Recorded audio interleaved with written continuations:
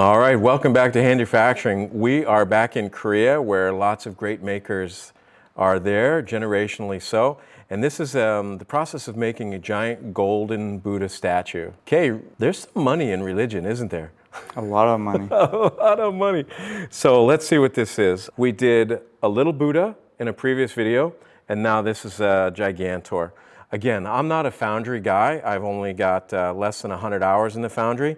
So let's see what I'm able to catch here just from memory. That was when I was 30.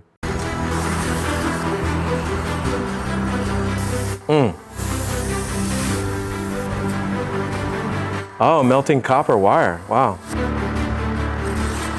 Oh, this is going to be cool.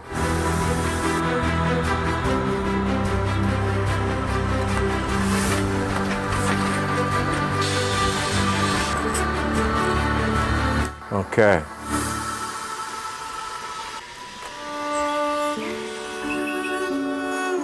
We went from that intense music to,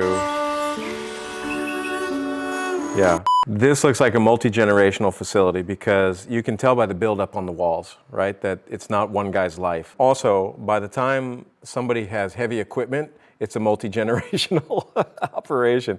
You don't buy a bulldozer in your first, they had a backhoe or something in that intro video. Let's see what they're doing. I'll do my best, you guys. We're gonna fast forward through some of this.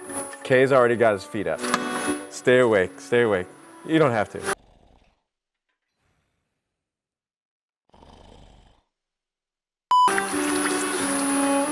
So he's mixing the investment slurry.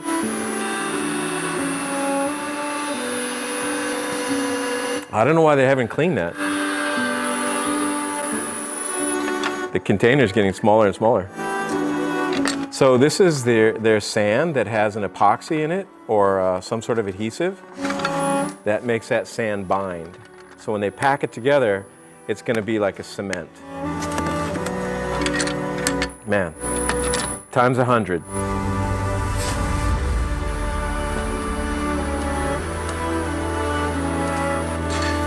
I think this is the sun, right? Okay, let's talk about this. What you're looking at right here is something they built already, the pattern. And the pattern is, I don't think this is a part of their waste mold. What he's building right now, you see all this metal armature, they're probably going to use that maybe again. I don't know if they salvage it or toss it. But this is the sand that they're going to pack up all over this like a big old patty cake, and it's going to cover all the metal, and that sand is going to become the investment mold that they're going to pour metal. It's going to be a two-piece mold.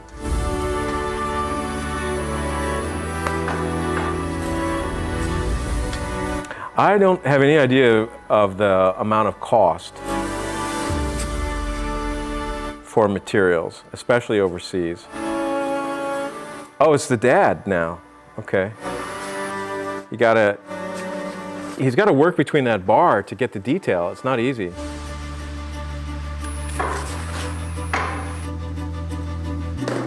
Oh, Dad's got some shoulders.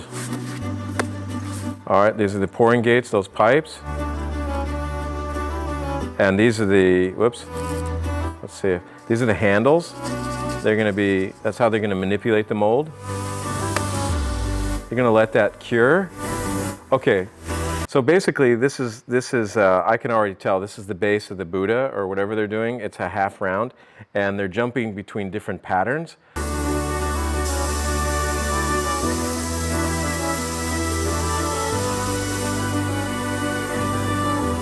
So that's, yeah, those are the patterns. It's some sort of release agent, I believe. That's going to let the sand release from that. Yeah. Some sort of refractory wash. I'm guessing. Like I said, it's not my bailiwick, but it makes sense. It's a primer coat.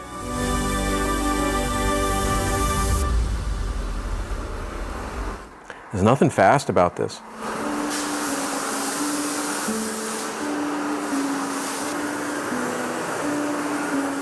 I mean, they don't spray it. It's got to go on heavy.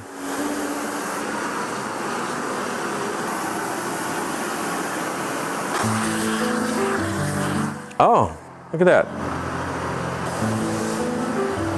Yeah, refractory heat cure. Wow. I wish I knew more about this, chemically speaking. My understanding is they're preparing the surface, they're making a mold, they're going to bulk a bunch of sand on in a frame, they're going to make a top piece and a bottom piece, and each piece they're going to take that off and then make the bottom, and then they're going to have a bunch of metal sections they weld together. So all this in-between stuff is just a guess. But if you were just watching this video and you weren't a pattern maker or anything like that, I mean, maybe there'd even be less information. Okay. Maybe I can get through this.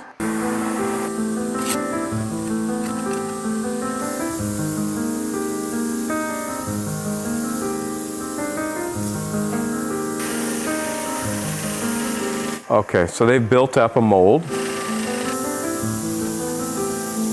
What's inside? A bunch of cans are inside. What's that for? Maybe to help, I don't know. Just to hold shape? Extra weight. Oh, okay, that was, yeah, that's the inside of the Buddha piece. That's why it didn't have any detail. This is a refractory cement caulk. That's going to allow the two mold halves to come together. Oh, it wasn't the pattern, it was the whole freaking mold. The pattern would have been a positive, so I'm having trouble following. Anyways, it's like dentures. They're going to glue this bad boy together, and then they're going to use all those little spikes they're either going to tie them together or they're going to weld it up. But every mold has two halves and a negative space in between. Yeah.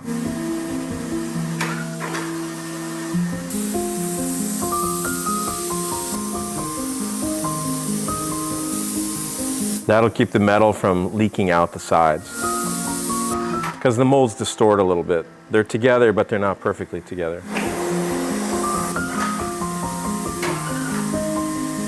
Yeah, schloop.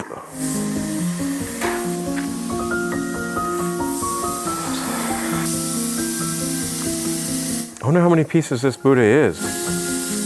I've counted 5 so far, I think.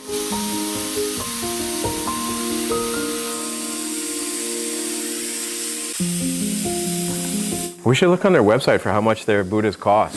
That would be a fun tell. What's that? Yeah.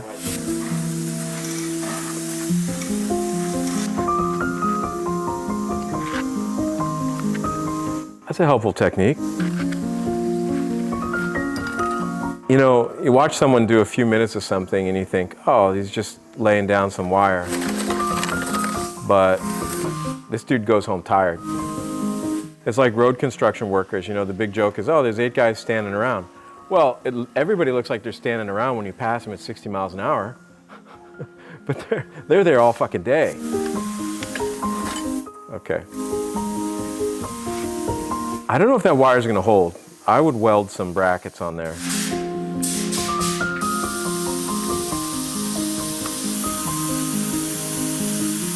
My guess is they've done this a lot, so I'm the child in this equation.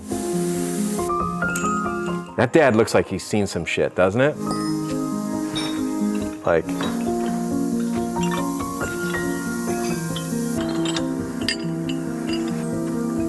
yeah, these little, here we go. He's gonna weld it up. Yeah, dad looks tired. I mean, in the United States we joke 50 is the new 30. I think 50 is the new 80 there for people who are building hard all their lives. Look at the size of that monster. No welding goggles? What? Okay, that's a shield, not goggles. It's just, I don't, what? Okay, his eyes.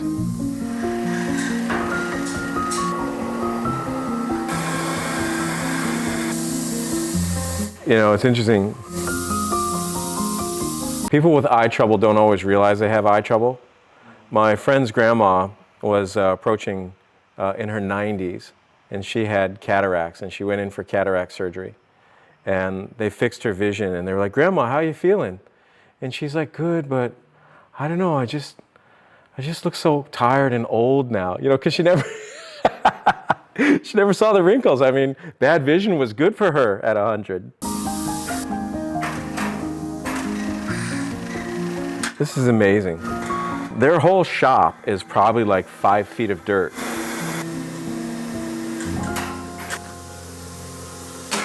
I mean, they're gonna bury all this stuff.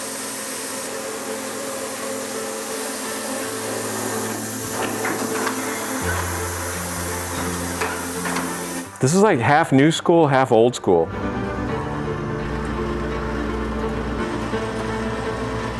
I mean, look at these dinosaurs. That's the head of the Buddha, part of the belly, and it's the front half. The back half is a completely separate mold.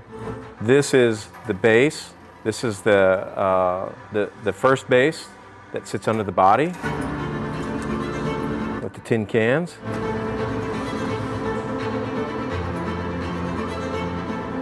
This is the back of the Buddha body here. Yeah, look at this. I mean, their floor is not a floor. Their floor is it's like a graveyard.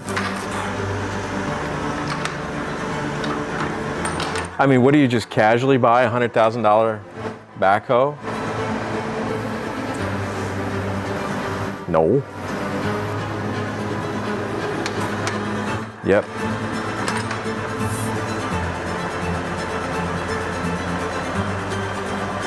I mean, where'd Dad learn how to drive that? That's crazy. So the shop was built to be like this, so they can dig out whenever Yeah. they need to. Absolutely.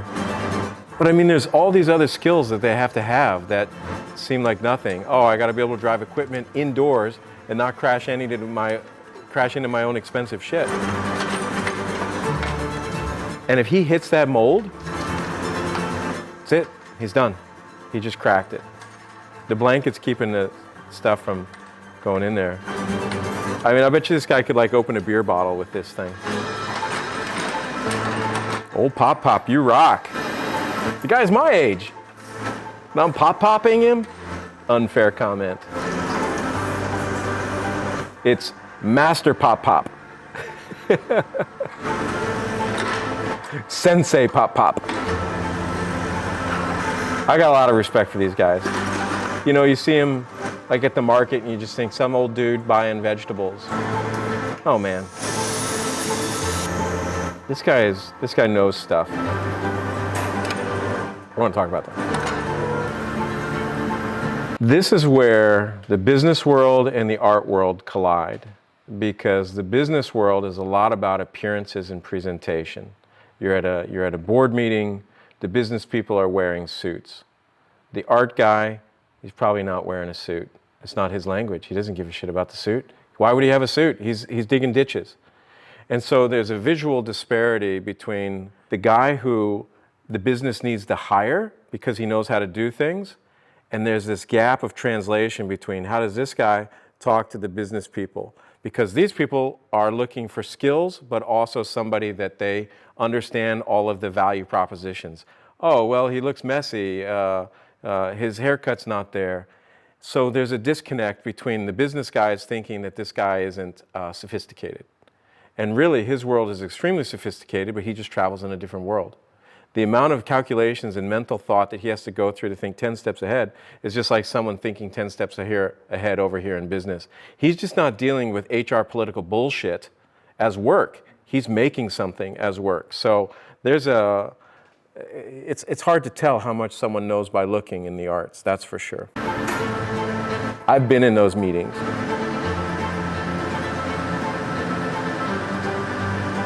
Where I look like the fool.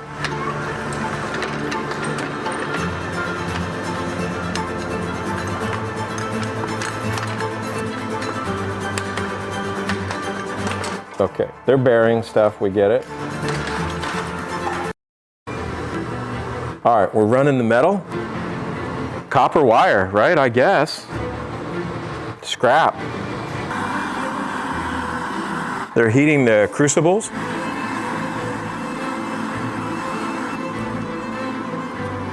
Taking out the impurities. right into the dumpster. What do they call that? Slag, I guess? Fly ash? I don't know what it's called. This crucible doesn't have a spout.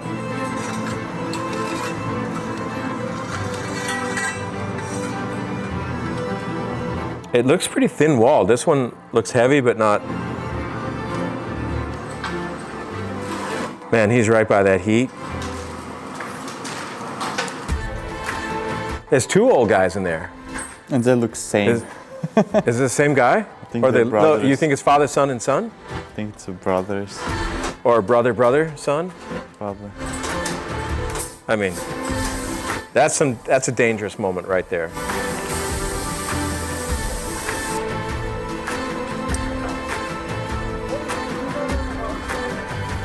So they probably have 200 plus pounds of metal in that crucible right there. That's not light. It's no joke.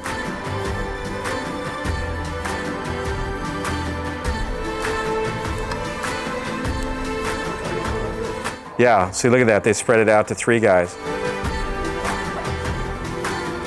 Holy crap. I've done that before with a tiny one, and I'm like, I couldn't lift it. I was a freaking bronze making wuss. So that's just gonna gas off. Man, you gotta hit that small gate. Yeah. They know what they're doing.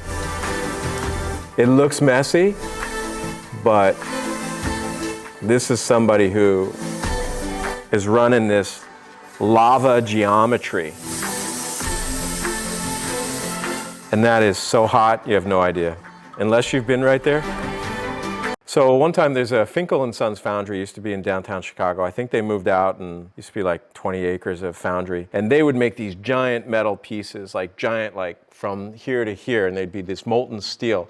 And I remember one time I was driving there just because I like to see the shit. And they had this big, I didn't know it. Let me tell the story chronologically. I'm driving in, I had an SUV. I felt heat coming into my car. And I thought, what is going on? And what it was is on a semi, as I came through this, through the small access road, there was a semi parked here that had this giant glowing ingot of steel on it. And I was not like right next to it, and I felt the heat through my car window against my jacket inside the car.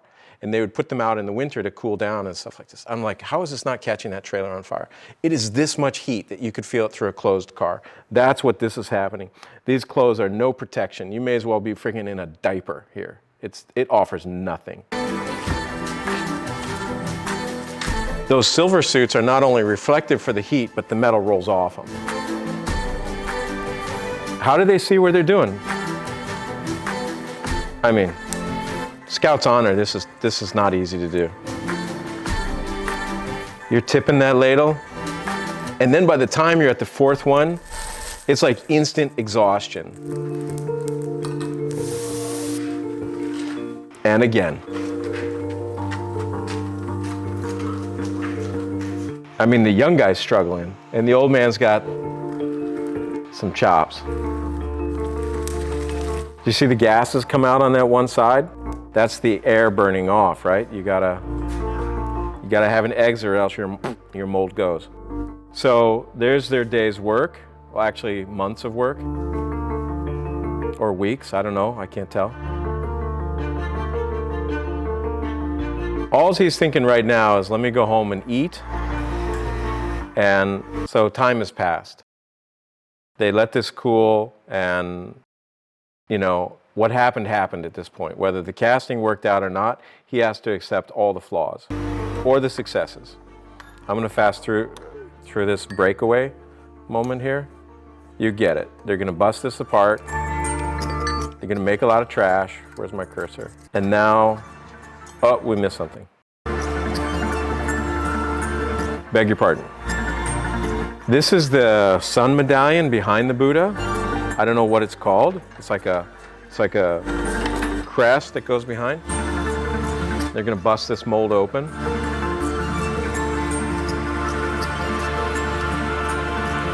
Or just pull it apart. Okay, no busting. That metal's pretty thin. And it didn't look like it's a perfect casting, so I can't tell. Part of the mold is attached. That charcoaly stuff is just a part of the mold that's been sacrificed. There's metal under it. But man, they gotta clean all that up. So that's a couple 100 pounds right there. All right. Look at that trash heap. Damn. So they're gonna bust out every one of these. And they gotta clean up every one of these. I'm not gonna watch it. Okay, there's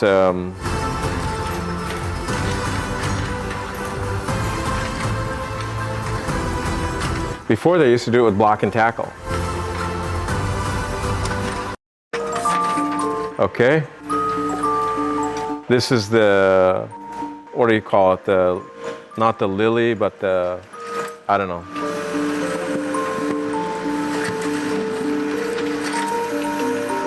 I don't know, it looks like aluminum, but it's heavier than aluminum. I don't know what this is. Maybe it just looks this color because of the mold. But you see all their pieces coming together. Now they got this freaking puzzle. Yeah. It's almost like now the work begins.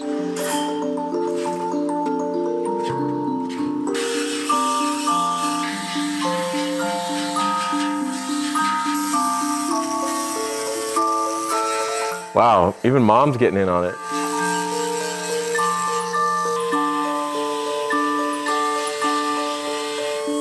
Now they're putting detail back in because the sand casting doesn't always get the detail.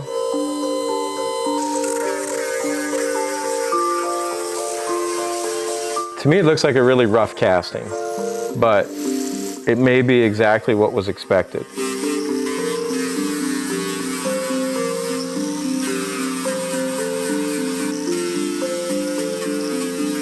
The ringing in your ears at the end of the day. I used a grinder for a while and I was like, get me out of here.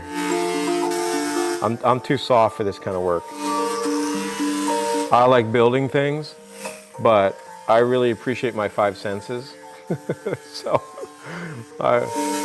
this to me, the sound was as fatiguing as the holding of the tools and the focus. So, for some reason, I was better with small things. I did a couple big statues and I'm like, I'm out, you know. You need lots of people. This is a, sort of a, those are flexible sanding. So basically they start rough and they get finer and finer and finer.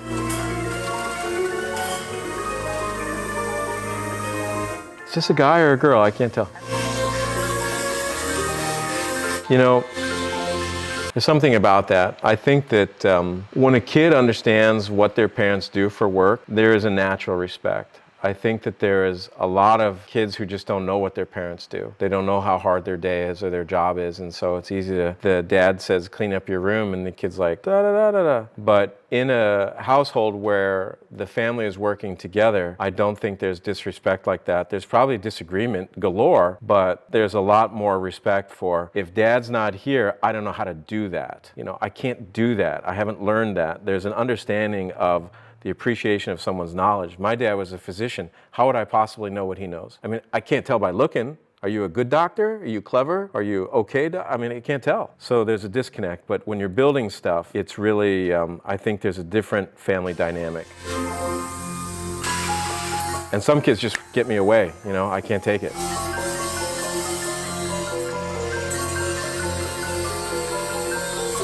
I feel it's got this Disney music.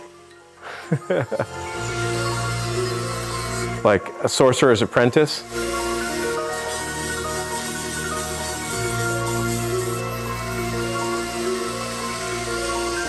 Yeah, it looks so rough. It does not look like a clean casting. And yet the result is going to be bingo.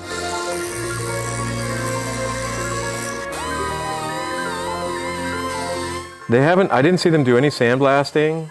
I didn't see them do any power washing. He's basically resculpting these fingers with a grinder.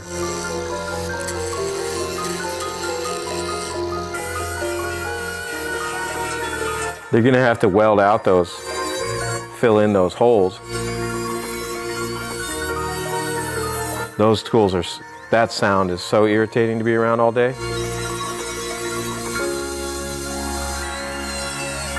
These companies, you think about the time it takes, but they got to buy a lot of those bits. You know, for our CNCs, we're like, you know, it's $1,000, it's $1,000, it's $1,000. Those bits wear out.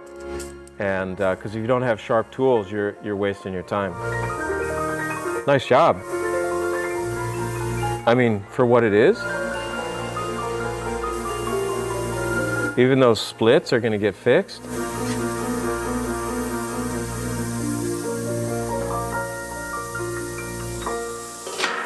A crown of some sort.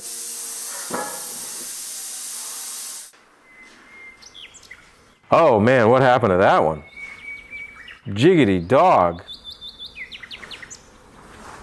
Look how, did you see how soft that metal looked? I think they painted it. It says Well, golden. yeah, but still, let's end on that. I mean, I want to see that screen for a while.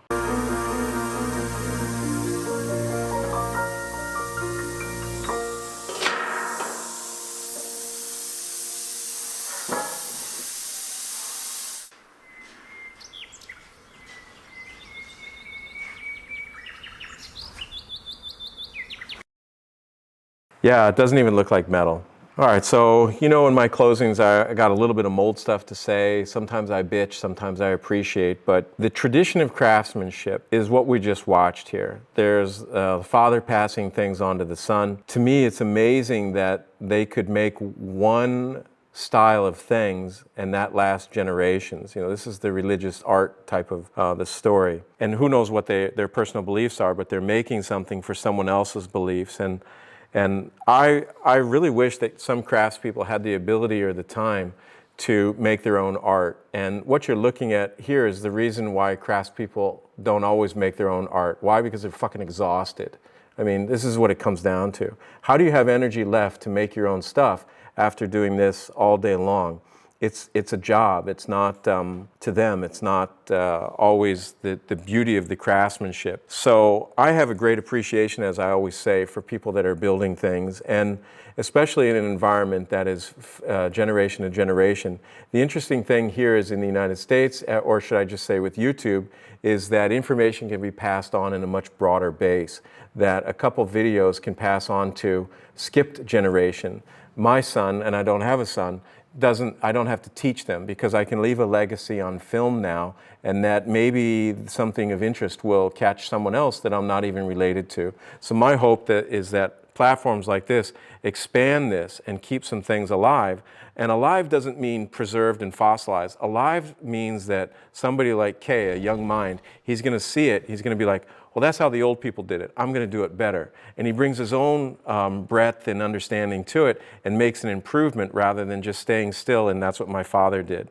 There's value in what your father did, but there's also value in launching in your own escapade of creation. So that's a jumble of words, but my point is I want craftsmanship to live. It's getting technology centric, which is okay. I'm just thinking, hey, as long as somebody makes something beautiful or interesting, I'm interested to watch. So thanks for watching. Meet Robo, one of the brigade of robots taking over sculpture. We watched as Leonardo da Vinci's trademark hat was adjusted, not with a hammer and chisel, but a 13-foot zinc alloy arm and a spinning diamond-crusted finger. Water jets kept Leonardo cool. This was a week's work for Robo, with another 2 to go. So if you were doing this the old-fashioned way, hammer and chisel, how long would this take? 10 times more, at least. 10 times longer. Yeah, absolutely.